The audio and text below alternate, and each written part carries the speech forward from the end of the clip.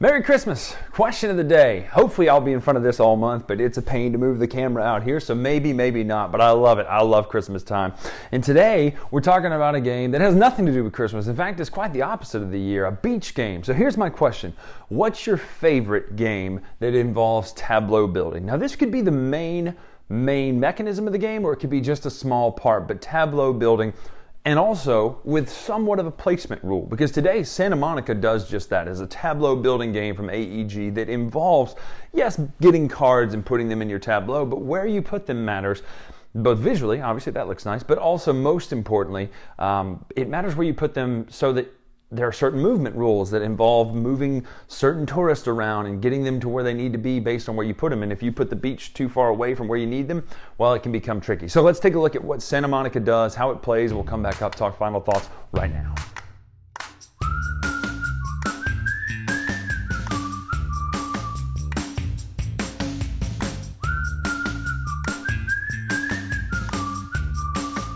And here we are with Santa Monica. Ooh, nice shadows. So here are the components essentially, minus one thing. These are the different scoring methods in the game right here. You're going to pick one of these cards to use for in-game scoring each time you play. There's a recommended one for beginners, etc. Then you're going to also choose two of these sand dollar tokens. These are basically essentially items that are actions that you can take. So pick two of these, and I believe they're the same on either side. They are. No, they're not. Sorry. So there's lots of options here. Put two of them out. You're going to be able to use these special actions with the sand dollars that you get. These little nice screen printed sand dollar meeples, which are great. I know, tokens, resources, blah, blah, blah. But let's be honest. When I say resources or meeples or tokens, I mean it interchangeably. But anyway, sorry. It's enough of a polemic there against the online mob. I know, I bring my own trouble. Here is a food truck and a foodie. These are little benefits that are going to help us in a minute with the tableau. Then you have footprints as well as your main character here that you're going to have starting. Every single one of these main starting boards will come with certain things in the bottom left. This comes with one of the tourists here as well as two of the visitors or whatever they're called. Regardless, you get one green and two orange. The green is kind of your avatar of how you play. This board gives you one green and two orange. There are actually three others that do different things as well. See? This essentially is your avatar on the board, and you can travel with the green person, and as you travel, you're going to be dropping off these footprints to different places. Now, the way the footprints work, this is places where your green person has traveled, because the way your score here is that you get a point per each of these symbols visited. Now, the way you visit is you would put this token out if you visited one of those places. Now, this particular starting place doesn't have a symbol on it, but a lot of the cards do, you'll notice. So this one has a volleyball symbol here, sunglasses symbol, two different symbols there. So what's going to happen is you're going to have a tableau of 8 cards, and we'll do them sideways like this just so we can see them here on this fancy schmancy close-up pad. And what's going to happen is, and there's blue travelers as well, sorry. They are interchangeable with the orange, except at the end of the game, the blue ones can move a little bit further than the orange ones can. Yeah, see? Blue can move 3 at the end. Now, what's going to happen is you've got this set up here. You're going to put the food truck out and then the foodie a couple spaces away. Now, these are all things that you can pick. Some are street and some are beach. And they sit on your tableau depending on where they are. So this is a street, so it would go down here. Oh, there's a glare. Look at that. Let's see if I can cover that for just a second. See how it fits up nicely with that? This card, for instance, will score based on a chain of 3. If you have 3 of these, it's worth 5 points connected. So this symbol connected in 3 places. Always works orthogonally. So you would also gain 4 of these sunglasses visitors or the camera visitors. And what's interesting about that is at the end of the game, the scoring will typically give you a negative for every visitor that you have that's unplaced. See? Every 2 visitors unplaced, you lose a point. The reason that matters is because this is going to give you 4 orange visitors, but if you don't have a place to put them at the end of the game, which are symbols based on these little circles, let me show you. This one would take 3 of any color meeples there, and I like how the art lines up, by the way. They could go in this spot, but if they don't have a place, or if there's no place for them to go, the more you stack up, the potential for negative points. Now, you can always take from the front street here, or the front line here. You can't take from the back line. But what happens is when you take this will cascade down and a new card will come out for the next person. That being said, there are ways around it depending on what your sand dollars are. So this one says pay 4 to take the card from the front and the card behind us. You would get both of them.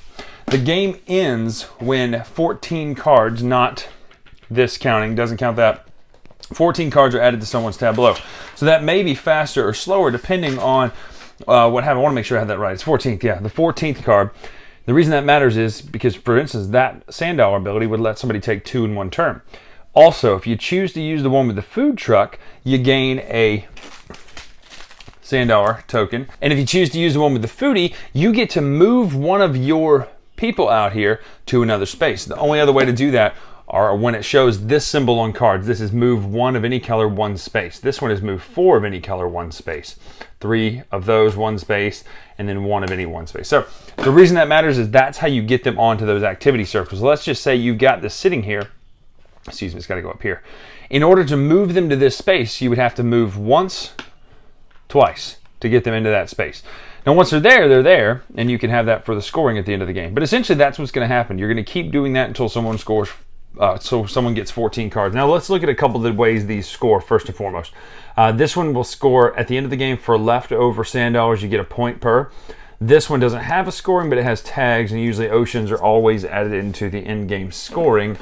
I say always, but this one has it for sure. 3 for each separate wave group. This one's right here's another wave group. That's just a palm tree, but they have good benefits because see, when you get this, you get 3 sand dollars and you get to move 1 person 3 spaces, or excuse me, 1 space. This is a taco stand, which is pretty awesome. You get the food truck here, or the benefit here of if it's adjacent to another pink one, you get 3 points, and it's not 3 points per, by the way. It's if it's adjacent to. Then you have the different things that score like this. This is if you have 1 person there playing, it's 4 points. 2 people there, it's 4 points. This one is a chain of 3 of the photographer ones. You get 4 points. Weddings typically always give you people to put out your board. So there's all sorts of stuff, just all sorts of ways to score. But also the art's really great. Each and every one of these cards is unique and typically has to do with the art. So 2 people playing Nukem or volleyball there, obviously. I say Nukem because you can play it with 2 people a lot easier.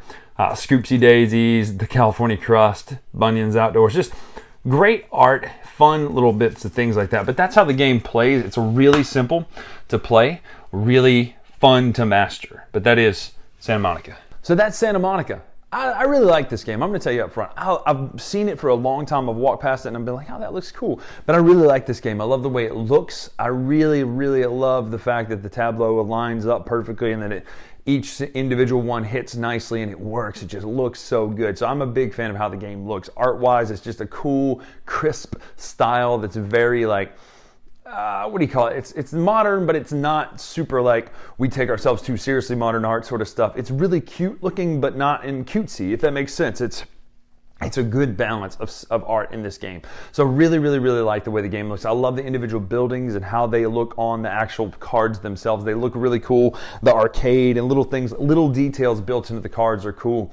The fact that you get guests at weddings and you get all these different things, and there are certain types of cards that really matter for the way they score, and it just makes sense logically, but it makes sense thematically. So first of all, really well done when it comes to art and art direction in this game. Now as far as mechanics go, I like how simple this is. You draft a card, boom, that's it. You take one out of the selection there. Yes, you can manipulate it with sand dollars. If you happen to want to spend your sand dollars, you may be able to take the card from the back row. Or maybe you can take this card even though it's less advantageous in the moment because it gives you the option of the food truck benefits. And those are always nice. So I'm a huge fan of the options in this game, even though it's so simple. Now, as far as scoring, I like how this scores, right? I like how you score your top row, then you score your bottom row. The little things that you can combo too. For instance, if you have sand dollars left over, you can score them in both the top row and the bottom row, really compounding for some nice points. Or the way the buildings themselves score, scoring links or runs or chains or whatever they call them. That's always nice too. Like you have to think, okay, is it more advantageous for me to put this card here for the chain or for the fact that I can get it closer to tourists to move them? Now, granted, you'll be able to move at the end like we talked about, but it's nice to think that ahead and be like, okay, I want these to give me the most points maximized right now. And so being able to think that through and do that each turn with just the cards that are out there in the tableau is really a blast. And then plan ahead. I love, well, okay, if I take this card now, there's a good chance that that card will be there. There's a 75% chance in a two-player game. But there's a good chance that that card will still be there next turn for me to take. So those little choices are nice. I like when a game that is simple as this presents you with so many choices. I also like the fact there's 3 main scoring cards, so you're not playing the exact same scoring each time. You can randomize that if you want it. You can say, hey, let's play the yellow one or whatever the colors, I can't remember right offhand, but you could play these and enjoy the game differently each time. Plus, your main starter card changes how it scores each time too. So little things like that go a long way for me for how a simple game elevates the art of just taking cards in the tableau, puts it on the table, and makes it really, really something special. I like Santa Monica. It's one of the better tableau placement laying games out there, partially because the art, partially because of the fact that the borders line up perfectly. There's no bleed, there's no border on the cards. They line up perfectly and hit nicely. I love it when cards do that. But then lastly, just the mechanics of the game are so sound and solid that it's so enjoyable to play this game. So big fan of Santa Monica. If you can get your hands on it, go get it. It's all over the place. Love playing this one. Enjoyed it. Let me know in the comments below what you think about Santa Monica. I'm Bryan Drake here on the Dice Tower. Hope you have a Merry Christmas. We'll see you soon.